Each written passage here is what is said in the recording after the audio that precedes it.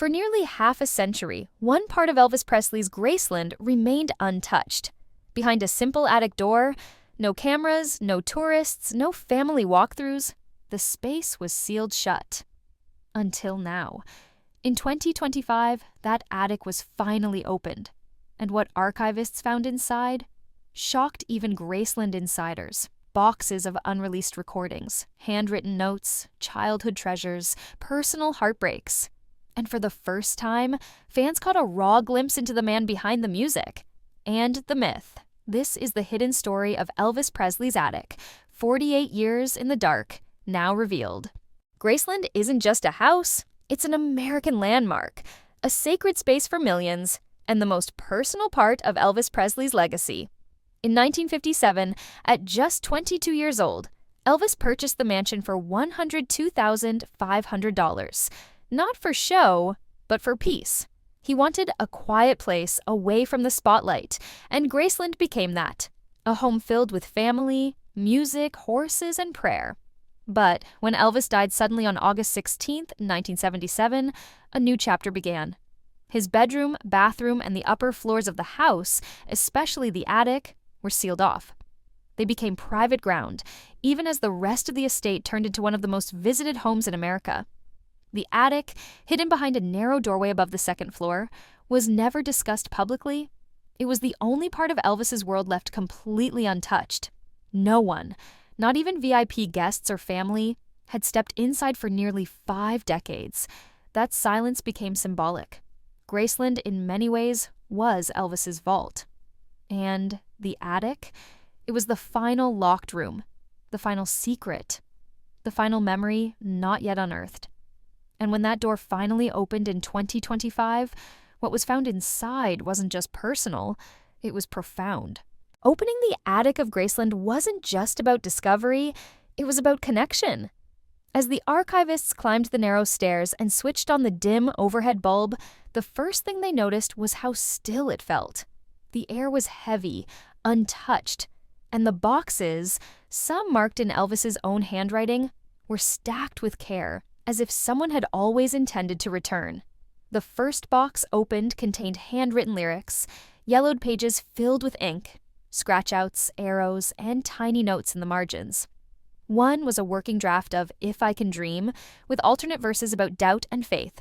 These weren't for the studio. These were personal. Raw, unfinished thoughts in melody form. Another box held family memories, letters tied in ribbon marked Lisa Marie 1970s. Inside were crayon drawings, birthday cards, and a letter simply addressed to Daddy, featuring a stick figure family drawn in pink and blue.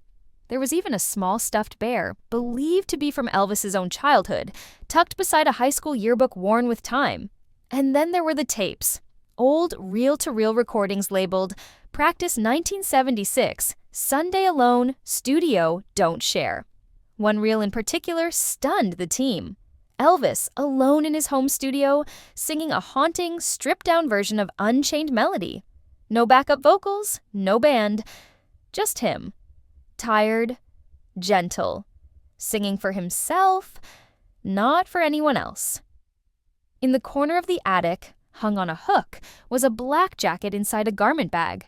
On the outside was a note, handwritten on a folded slip of paper. Wear this when you need to disappear. No one could explain it. No one had ever seen the jacket before. But in that moment, it was clear. This wasn't just storage. This was sanctuary. A space where Elvis kept the parts of himself the world couldn't access, not even after he was gone. Among the most powerful discoveries were those tapes. Not intended for release, not rehearsed, just moments of music and solitude. In one, you can hear him laughing between takes. In another, he hums gospel softly before beginning again. His voice isn't flawless, it's fragile, real, human. And in the background, silence. No applause, no crowd, just a man and his piano. It's these moments that remind us, Elvis wasn't just an icon. He was a soulful, searching artist who sometimes needed to sing simply to stay grounded. Tucked in boxes were unopened fan letters from the final years of his life, notes from soldiers overseas, children writing in crayon, fans sharing stories of loss, gratitude, and healing. One letter read, "You gave us your voice, but we worry about your heart.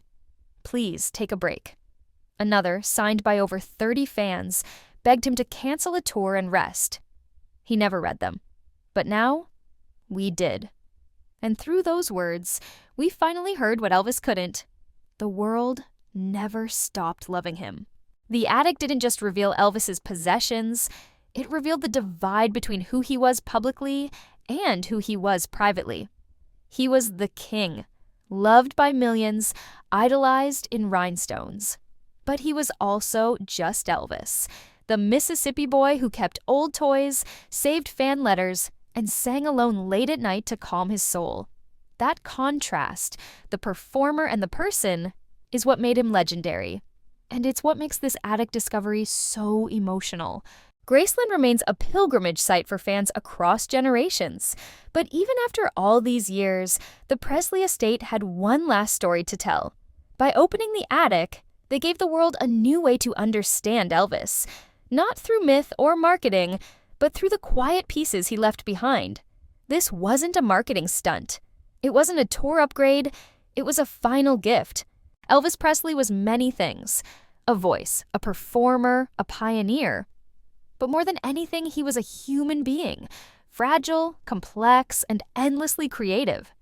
And in that attic, through the lyrics, the letters, the jacket, the silence, we were reminded that the man who gave the world so much had kept a few things for himself. Until now. This is Behind the Lightstick. Like, comment, and subscribe for more untold legacies, emotional discoveries, and rare windows into the lives behind the legends. Because sometimes, the quietest rooms hold the loudest truths.